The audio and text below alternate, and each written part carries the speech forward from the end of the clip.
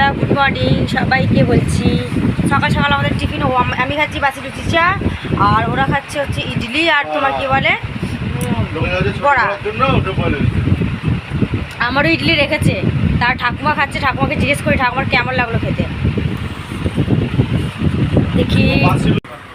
বলো ঠাকুমা, সকালবেলা নিজে টিফিন কে খাচ্ছে, কেমন লাগছে খেতে বলো, কে খাচ্ছে না? ইডলি বড়া কেমন লাগছে? ভালো। ভালো লাগছে? তুমি ভালো আছো? হ্যাঁ, সবাইকে শুভ সকাল বলে দাও। হ্যাঁ, এরম করো, এরম করো। সব পড়া হয়ে গেছে। এই যে ইডলি বড়াটা খেয়ে নিয়েছে, ইডলি খাচ্ছে, ইডলিটা খাওয়া হয়ে গেছে। এদিকে আবার পুত্র, ওই যে আমার বর যাচ্ছে, যে মোটাটা ওখানে চলে গেল। তুমি খাও, ঠিক আছে। আমার কথা কেউ ভাবলো না, আমার জন্য কেউ রাখে না। আমি খাচ্ছি আবার শুধু চা, বাসি চা, বাসি চা, আর হচ্ছে তোমার কি বলে, আরে না রে, এটা হবে না রে, আমি বলছি না।